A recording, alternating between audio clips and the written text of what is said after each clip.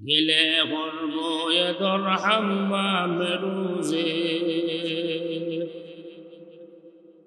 گله قربوی در حمام روزه رسید از دست محبوب بدستم بدو گفتم که مشکیا عبیری که از بوی دلاویز تو مستم بدو گفتم که مشکیا عبیری که از بوی دلاویز تو مستم بگوتا من گله نا چیز بودم ولکن مندوতে বাগুল নিশাস্তম جمالی ہم نشیدر من اصل کر وگرنا من ہما خاکم کے خستم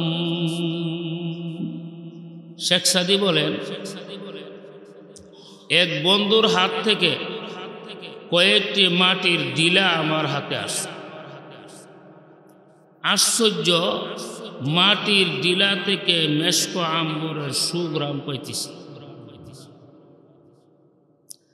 আমি মাটির ডিলাকে প্রশ্ন করলাম তোমার মধ্যে এই মেশক আম্বরের গ্রাম কিভাবে আসলো মাটির ডিলাটা বলতেছে জাতিগতভাবে আমার মধ্যে কোনো সুগ্রাম নাই তবে আমি কয়েকদিন ফুল বাগানের নিচে ছিলাম ফুল বাগানের নিচে থাকার কারণে ওই ফুলের সুবাস আমি মাটির মধ্যে বিরাজ করছি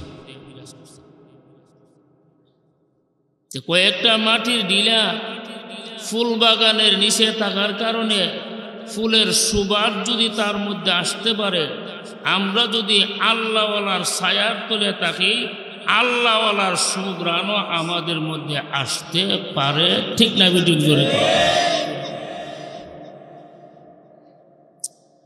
আসহাবে কাফ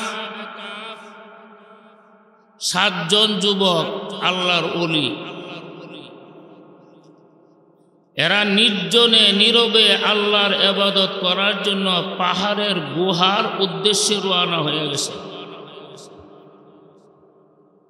মা বাপ অর্থ সম্পদ টাকা পয়সা সব বাদ দিয়া পাহাড়ের গুহায় গিয়ে তারা আল্লাহর ইবাদত করবে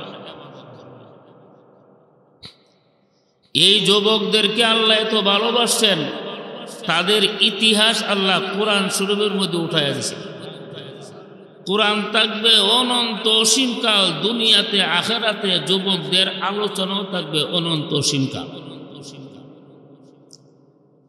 এই যুবকরা ছিল মন্ত্রীদের ছেলে মন্ত্রীর বাড়িতে দুনিয়ার শান্তির অভাব নাই কিন্তু দুনিয়ার শান্তিটারে লাথি মেরে আল্লাহকে পাওয়ার জন্য পাহাড়ের গুহায় তারা রওনা হয়ে গেছে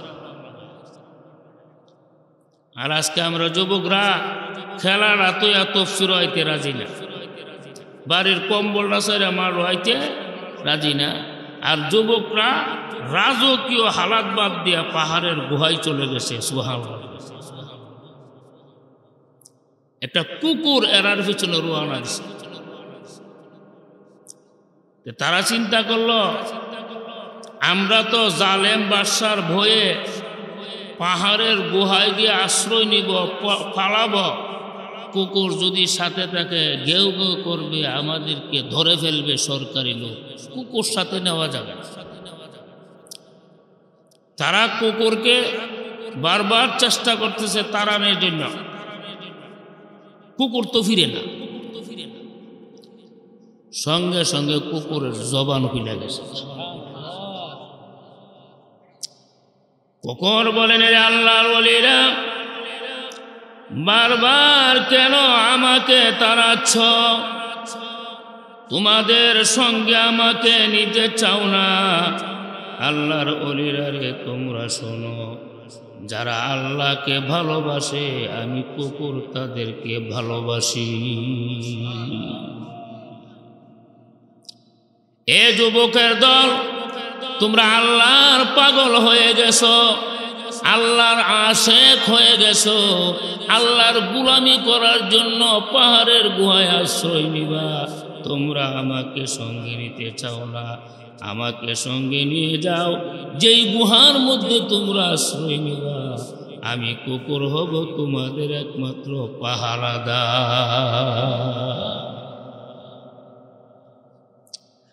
আশ্চর্য হয়ে গেলেন যুবক, আরে কুকুর দিয়ে আমাদেরকে চিনে ফেলেছে, মানুষের মতন কথাবার্তা শুরু করে দিয়েছে। কুকুর আরো জানিয়ে দিলেন, হে আল্লাহর ওলিরা, তোমরা আমাকে নিষেধ করতেছ তোমরার সাথে যেন আমি না যাই। আর আরশের মালিক আল্লাহ আমাকে বলতেছে, কুকুর রে, ওলিদের পিছন ছাড়িস না। আরশের মালিক আল্লাহ আমাকে বারবার বলতেছে, ওলি আল্লাহদের পিছন ছাড়িও না, তাদের সংসব ছাড়িও না, তারা যেখানে যাবে তুমি সেখানে যাইবা। ও আল্লাহর ওলিরা, তোমরা বলো আমি তোমরার কথা মানতাম না, আল্লাহর কথা মানতাম। জোরে সোরে বলুন সুবহানাল্লাহ।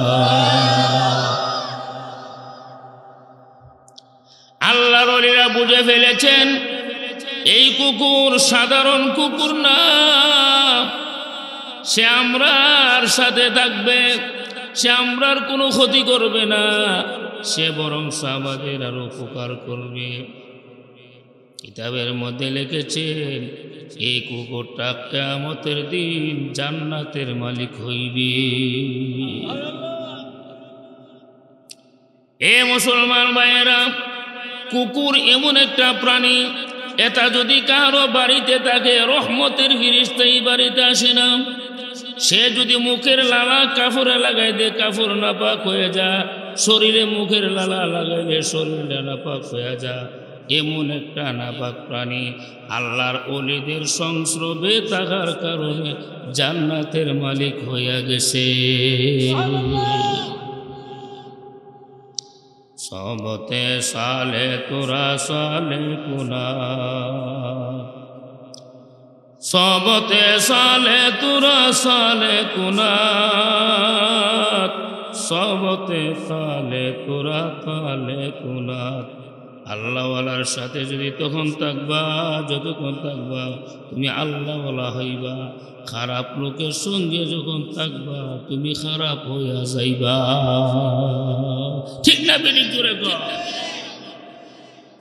একটা কুকুর যদি জান্নাতের মালিক হতে পারে আল্লাহর ওলিদের সাথে থাকার কারণে, কুকুরের নাম আল্লাহ কোরআনে বলেছেন, কুকুরের আলোচনা কোরআনে বলেছেন, এই কুকুর আল্লাহ কালবে বলেছেন, এই কুকুরের নাম ধরে আল্লাহ এমন মর্যাদা দিয়েছেন, কুকুরের নামটা কোরআন শরীফের মধ্যে আছে। ঠিক না বেটি?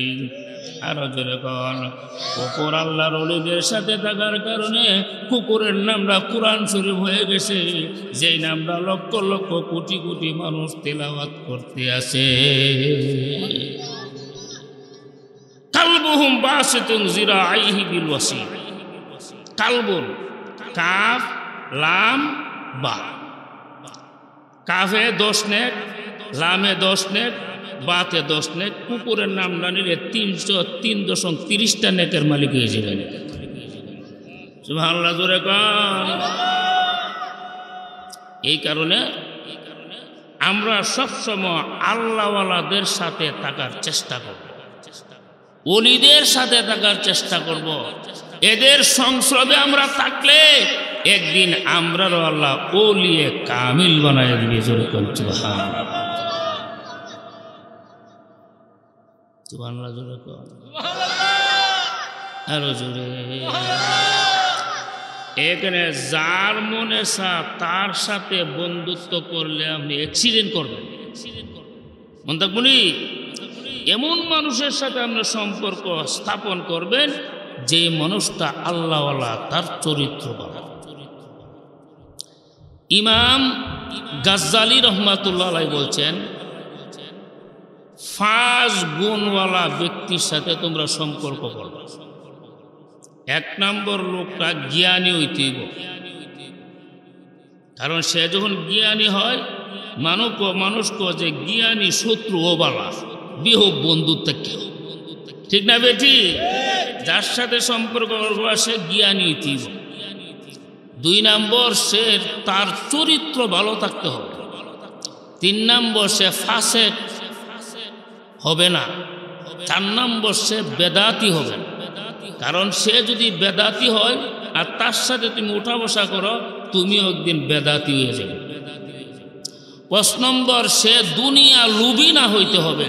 সে যদি দুনিয়ার লোভে ভরে হালাল হারামের মধ্যে কোনো বেশকম করে না, তার সাথে চললে তুমিও দুনিয়ার লোভী হয়ে যাবে। ঠিক না বিডিং? সাহাবায়ে কেরাম আল্লাহর রাসূলকে প্রশ্ন করলেন, ইয়া রাসূলুল্লাহ, কার সাথে সম্পর্ক করব আমরা? নবী বলছেন, যার মধ্যে 3টি গুণ পাইবা তার সাথে সম্পর্ক করো। কয়টি গুণ?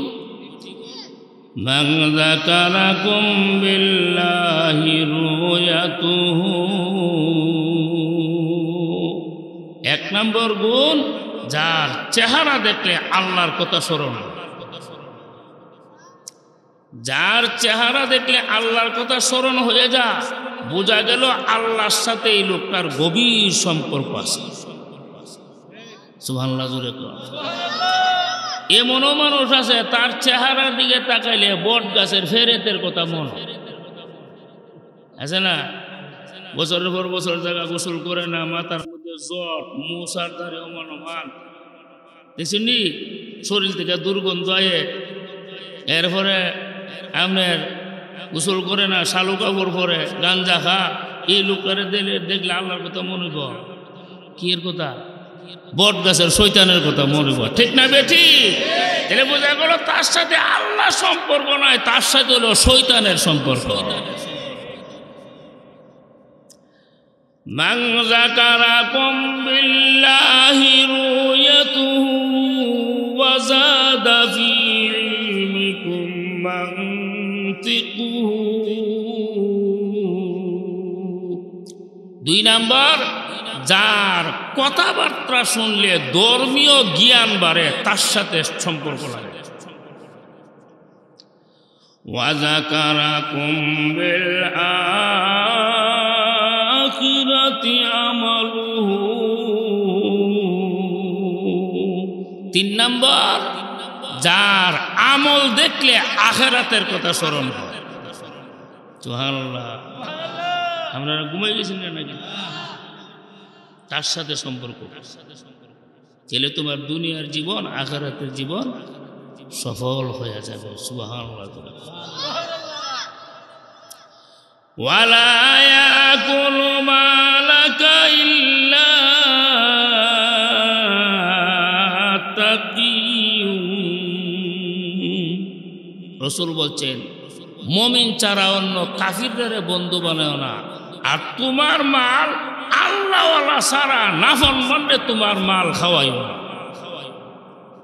আপনি যদি একটা গানাদার রে সেট বইরা খাওয়াইয়া দিন, সারা রাত গান গাইয়া যতলা গুণা কামাই করবো, আমরা যে তেল বইরা দিচ্ছেন আপনি অতলা গুণা বাড়ি বয়ে বয়ে ভাই তেল যে বইরা দিছ। ঠিক না বেঠি?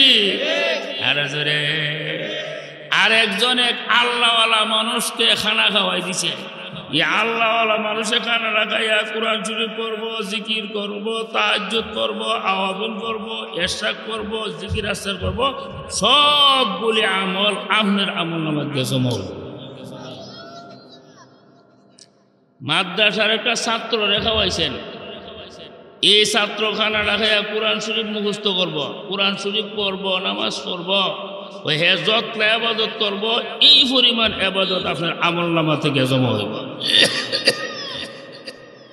মাদ্রাসার ছাত্রগুলি রেখাওয়ান লাভ না খাস্তা উদা লাভ, কিন্তু আমরা ছাত্র খাওয়াইতে রাখি। হুজুর আমার বাড়ির যে বেশে বা বউর শরীর ভালো না, আমার শরীর ভালো না, আমার ডায়াবেটিস, বউর ডায়াবেটিস, পোলাভান বিদেশ নাই কোনো ভাগ করতে, তুমি খাও কমড়িতে,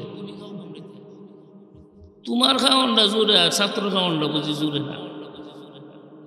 ঠিক না বেটি? এক আল্লাহর ওলি মারা গেছে, এক লোকের স্বপ্নে দেখে উনি বেহেশতে আছে। সুবহানাল্লাহ। জিগাইল, আমরা যে বেহেশতে গেলেন, বেহেশ কোন আমলের দ্বারা হয়েছে?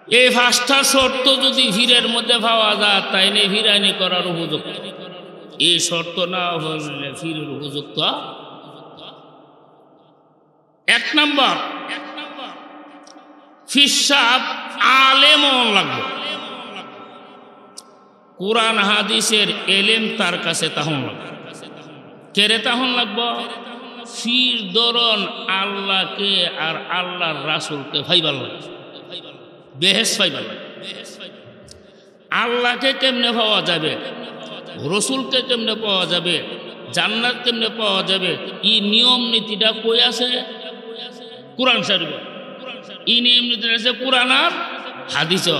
যেই বেড়ারে ভিড় ধরবেন আল্লাহ হইবার লাগিয়ে নিজের কাছে কোরআন নাই আর হাদিস নাই, তোমার আল্লাহ হইব কেমনে? নিজে তো আল্লাহর হয়েছে না,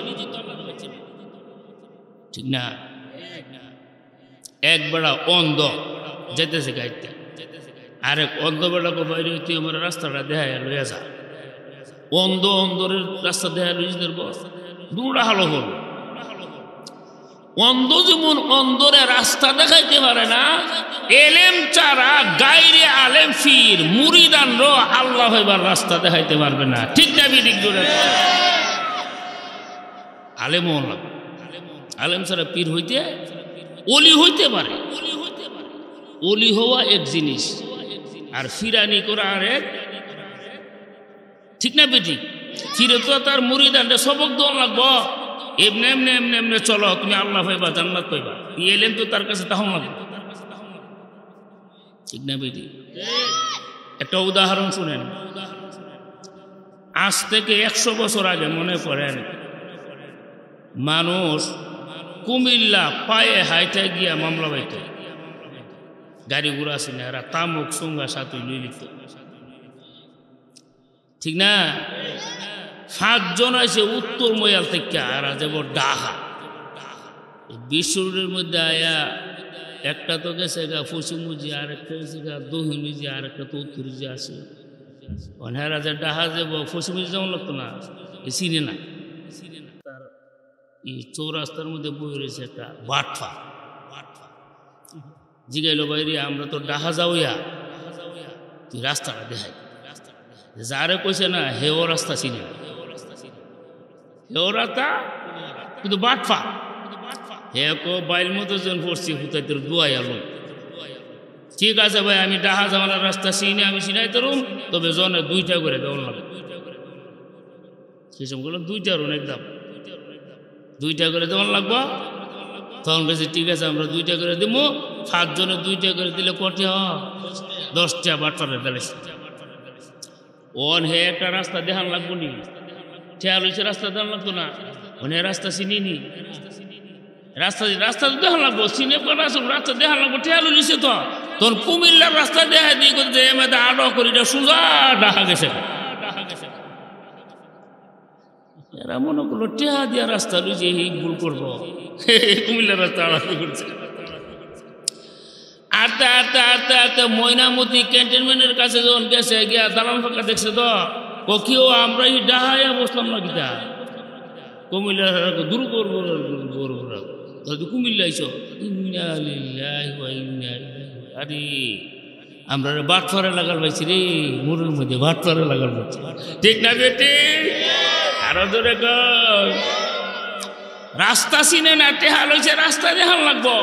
যে বেড়ার কাছে কোরআনের এলেম নাই, হাদিসের এলেম নাই, এর কাছে মুড়ি দিলে আপনি যখন মশলা জিগাইবেন হে তো মশলাটা দেওয়ান লাগবো, ঠিক না বেটি? এখানে সরাসরি 3 তালাক দিয়ে হিসাব রেগে ইসলাম আমি তো বড় 3 তালাক দিয়ে রেজি তোর তালাক কইছে না, ওইসে নাকি নিয়ে গেলো হে তো তালাকের মশলা জানে না। আর মুড়ির তো একটা মশলা তো দেওয়ান লাগবো, হরে মশলা না দিতে মুড়ি দেবো বলে ফির না মশলা দিতে না, জানুক বা না জানুক মশলা দেওয়ান লাগবো নি। 3 তালাক দিয়েছে কোনো তালাক হয়েছিল। তাহলে কামেল ফিরের 1 নম্বরের শর্ত হলো কি হতে হবে? আলেম হইতে হবে। আলেম যদি না হয় সে ফিরের উপযুক্ত, ঠিক আছে? 2 নম্বর শর্ত সে মুত্তাকি হইতে হবে, মানে যাবতীয় গুনাহ থেকে সে বাঁচা থাকে। পীর ধরন কি লাগি গুনাহ করবার লাগি না গুনাহ সারবার লাগি না যে পীরের কাছে মুরিদ হে নিজেই যদি গুনাহ করে তা আপনি গুনাহ সারবার কেমনে যে সরিষাটা বুত ছাড়াইবার সরিষারে বুথে ধরে তো রাখছে এই সরিষা দিয়ে বুত ছাড়ান দেব যে পীরের কাছে মুরিদ দিয়েছেন গুনাহ সারবার লাগি ফির এই 24 ঘন্টা গুনার মধ্যে লিপ্ত আপনি গুনাহ সারবেন কেমনে এই পীরের কাছে মুরিদ দিলে আরো গুনার ময়লা লাগবো কমতো না ঠিক না বেটি এক খাড়াসে বিয়া করছে দাঁত পড়বে না কিতা করে না দাঁত পড়বে শাশুড়ি বড় চালাক শাশুড়ি কইল যে কেউ জামাই আপনি বাজারে গিয়া কুশিয়ার কিনা খাই 5 টাকা দিচ্ছে শাশুড়ি মনে করলো কুশিয়ার খাইলে দাঁত ছাড়া তো আর খাইতে পারতো না দাঁত লিখি যাবো ওয়াশ হয়ে যাবো সাফ হয়ে যাবো ময়লাটি যাবো ই বড় বড় রাফাসটা লইয়া বাজারে গিয়া দেখ বেড়া গাছ ফাঁকনা বেল লইয়া বইছে এবার জীবন করে তো কুশের খাইছি ওই বেলটা বড় চমৎকার দিতেছে বেল লই খাই লই কেউ বেল কত কয় উগলা বেল নিলে 5 টাকা লাগবো গাছ ফাঁকনা বেল এটা বড় বেল ঠিক আছে একটা দেন 5 টাকা দিয়ে একটা বেল কিনছে কিনা বাজারের কোনার মধ্যে বইয়া ইচ্ছা মতো বেড়না খাইছে দাঁতের অবস্থা কি দিয়েছে ভালো না ভাড়া ময়লা লাগছে না কমছে এ কুলিও করছে না শ্বশুর বাড়ির দিছে শাশুড়ি তো দেহে যে বড় বড় দাঁতের অবস্থা দিয়ে আরো খারাপ কিরে গীতা করছ উচ্চার কাজ না আম্মা বেল খাইছি শাশুড়ি কো গু হয়ে গেলি না কুকুরা তোরে 5 টাকা দিচ্ছিলাম দাঁতের মূল্য সাফ করবার লেগে আরো মহিলা লাগাইছো থানাসের করে হানাস ঠিক না বেটিক ধরে পীরের কাছে মুরিদন গুনার ময়লা সাফ করবার লাগি গুনাগার পীরের কাছে মুরিদ দিলে গুনার ময়লা সাফ হইব না আরো লাগবো এখানে উপায় আফসোস করবো হাসরের ময়দানে উপায় রেখে রে বন্ধু বানাইছিলাম আর একদল মুরিদে আফসোস করবো বন্ডটারে কে পীর বানাইছিলাম বন্ডটারে কে রে পীর বানাইছিলাম ঠিক না বুঝি আরেকটা শর্ত হইল যিনি ফিসাব উনি একজন হক্কানি আল্লাহওয়ালা পীরের কাছে তাইকা সাধনা করে খেলাফত লাভ করতে কি করতে এখন সে যদি কোনো আল্লাহওয়ালা পীরের সান্নিধ্যে থেকে খেলাফত লাভ না করে থাকে এই পীরের উপযুক্ত আর ফিসাব যার খেলাফত দেয় আগের যুগের কথা বলতেছি যাচাই বাছাই করে খেলাফত দিত ঠিক না আব্দুল কুদ্দুস গাঙ্গুহি রহমাতুল্লাহ উনি ভারতের সবচেয়ে বড় একজন পীর ছিলেন আল্লাহর ওলি শুধু ভারতের না বিভিন্ন দেশের মানুষ ওনার কাছে মুরিদ হইতে চেষ্টা সাধনা করে ওনার কাছ থেকে খেলাফত নিতে ওনার একটা ছেলে ছিল কিন্তু এই ছেলে তো বাপ যেহেতু বড় আল্লাহর ওলি পীর ইরাহের জেহেন ওই ঢুকছে না সুবহানাল্লাহ ধরে এ রাজার হালতে চলাফেরা এইদিকে এর কোনো মন নাই আব্দুল কুদ্দুস গাঙ্গুহি রহমাতুল্লাহ যখন এন্তেকাল করলেন তখন ছেলেটা টনক করছে জারি আমার আব্বার কাছ থেকে দেশ বিদেশের মানুষ খেলাফত নিল আর আমার বাপ হয়ে আমি কিছু রাখতাম না আমি তো ভুল করছি ওনার আফসোস করলে কোনো কাম হইল তখন চিন্তা করলো আমার আব্বার সবচেয়ে বড় খলিফা যেই দেশে ওই দেশে গিয়ে আমি আব্বার সম্পদটা আবার ফিরাইয়া যেমন বাপ এমন ছেলে এই ছেলে তালাশ করতে করতে করতে করতে শুনে বলখ রাজ্যে ওনার আব্বার সবচেয়ে বড় একজন খলিফা আছে এই ছেলে খুব কষ্ট করে বলখে গেছে যেই বলকের বাদশা ছিল ইব্রাহিম বিন আদম খলিফা যখন খবর পাইল যে আমার ফিসাবের ছেলে বলক হয়েছে হাজার হাজার মানুষ লইয়া শুভেচ্ছা স্বাগতম দিয়া ফিসাবের ছেলের বাড়িতে নিছে মোরগ পোলাও যত আইটেমের খাবার আছে ব্যবস্থা করছে 3 দিন পরে জিগাইল, ভাই আপনি কেন আসছেন এই বলক রাজ্যে? ছেলেটা বলতেছে, হুজুর আমি আসছি আপনি যে আমার আব্বার কাছ থেকে বাতিনি সম্পদটা আনছেন, সম্পদটা নিবার লাগিয়ে নিয়েছে। তখন খলিফা বলল, ভাইরে এই সম্পদ তো মাগনা পাওয়া যায়, এই সম্পদ নিতে গেলে কঠোর পরিশ্রম করুন লাগে, আর তুমি তো জীবনে পরিশ্রম কারে চিনুই না, যে তুমি বাতিনি সম্পদ কেমনে নিবা? তখন বলল যে হুজুর যে কোনো পরিশ্রমের বিনিময় আমার আব্বার বাতিনি সম্পদটা আমার দিতেই। তখন আল্লাহর ওলি বললেন, ঠিক আছে তুমি কষ্ট করো না, কষ্ট করো না বকির, তুমি এত বড় ফিসাবের ছেলে যে অবশ্যই ভিতরে একটা অহংকার আছে, আমি বড় হুজুরের পুত, আমার সাথে লাগে কেন, এটি তো অহংকার, ঠিক না বেটি?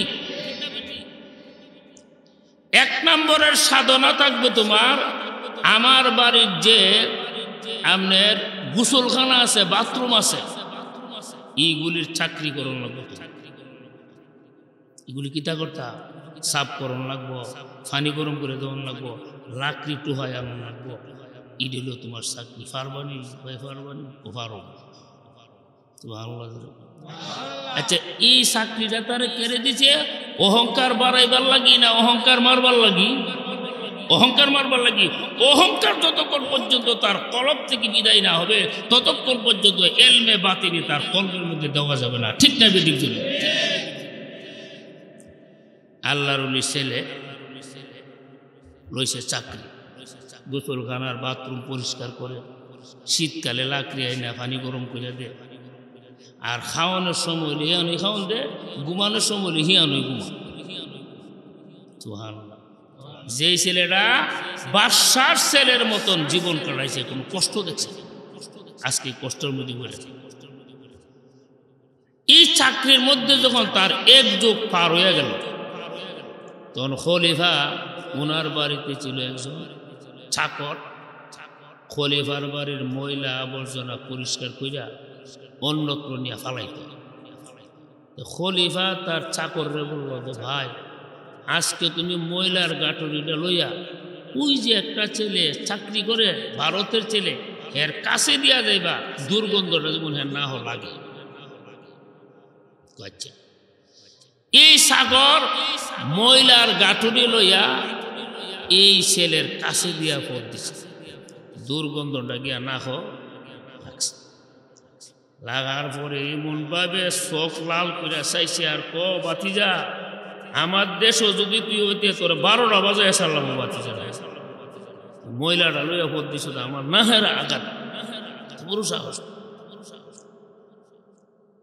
এই চাকরে কোনো কিছু বলে না, গেছে খলিফার কাছে, ফুলা যে ফুলার দেশ হইলে বলে আমার 12টা বাজে এসারলাম, এমন রাগ হচ্ছে।